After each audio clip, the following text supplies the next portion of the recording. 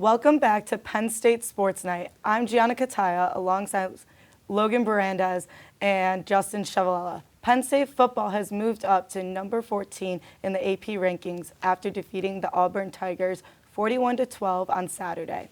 The Nittany Lions defense has come a long way since the first two games, with barely making any plays, to now recording 6 sacks, 2 interceptions, and 2 forced fumbles against the Tigers. Logan, what do you have to say about that?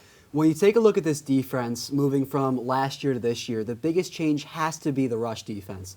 It was a big struggle last year stopping pretty much any running back in Penn State's path, allowing about 152 rush yards per game. And now it's only been a small sample size, just 3 games, but that number is now around 92 rush yards per game for this year under Manny Diaz and his new defense. And Tank Bigsby terrorized the Nittany Lions during that whiteout game last year against Penn State, had well over 100 yards.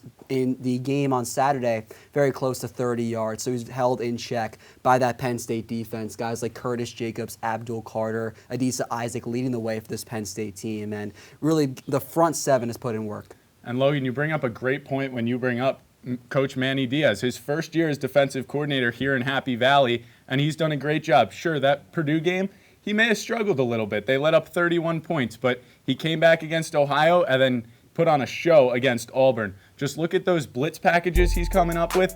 Jair Brown, a sack, and then Abdul Carter in the middle. They just have pressure coming whenever they need it, and it's good, especially in that run game, because the Penn State pass defense hasn't been quite as good as last year yet. They were letting up 250 pass yards per game so far this year compared to just 199 last year. So when you look at it, the Penn State run defense, they have to step up big.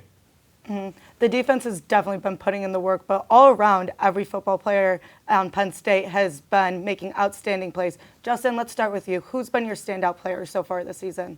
Well, I'm sticking with that defense, and I'm going to freshman Abdul Carter. He got ejected in that first game against Purdue, and I think that might be part of the reason that defense struggled the first week. But he's come back against Ohio. He had 5 tackles there, and then against Auburn, he put on a clinic against the Tigers.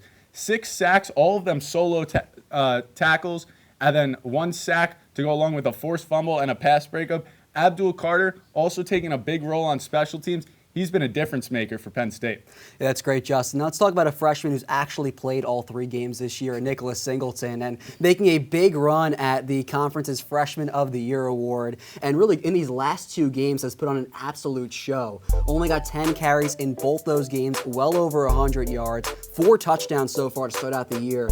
And he's revitalized this rushing offense for Penn State. We talk about the rush defense making improvement. It's the exact same on that side of the ball. Kevon Lee was Penn State's last 100-yard rusher. That was late in the 2020 season, the shortened COVID year. And Nick Singleton already has 2 of those games, and it's only 3 weeks into the season. So definitely a lot of room for the 5-star freshman to grow throughout his Penn State career. Absolutely. The freshman has been putting in so much good work this season and everything. But let's continue and look at what are your predictions for the rest of the season for Penn State football?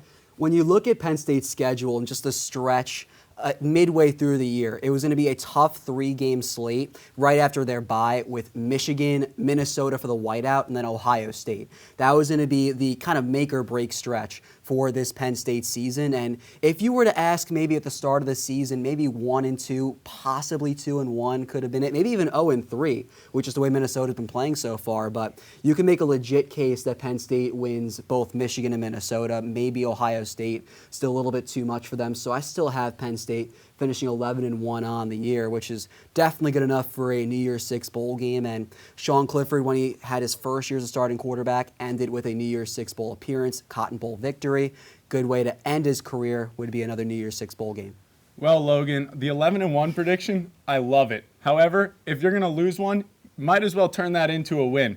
And I agree with the fact that maybe Michigan hasn't been as good yet. They've scored 50-plus points in every game, but in that, they have only played non-Power 5 teams. Penn State, 2 Power 5 wins on the road this season. They can go in anywhere and win it, so I don't think Michigan's going to be a problem. And then you go to that Ohio State game. It's at Beaver Stadium. The fans showed out 107,000 plus against Ohio. You turn that into Ohio State on Halloween weekend, and that Ohio State Buckeye team is going to be in for a long day.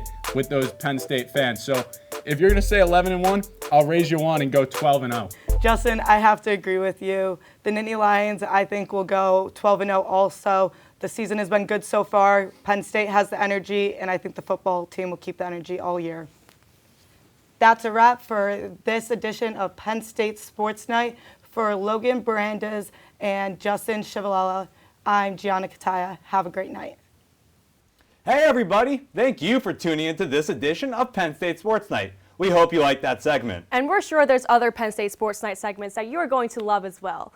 Be sure to subscribe to our YouTube channel for more content. And check us out on social media for updates and behind the scenes clips and pics. Follow us on Twitter at PSSN TV and on Instagram at PSU Sports Night to keep up with all the action. For all of us here at the Belisari Media Center, we are Penn State Sports Night.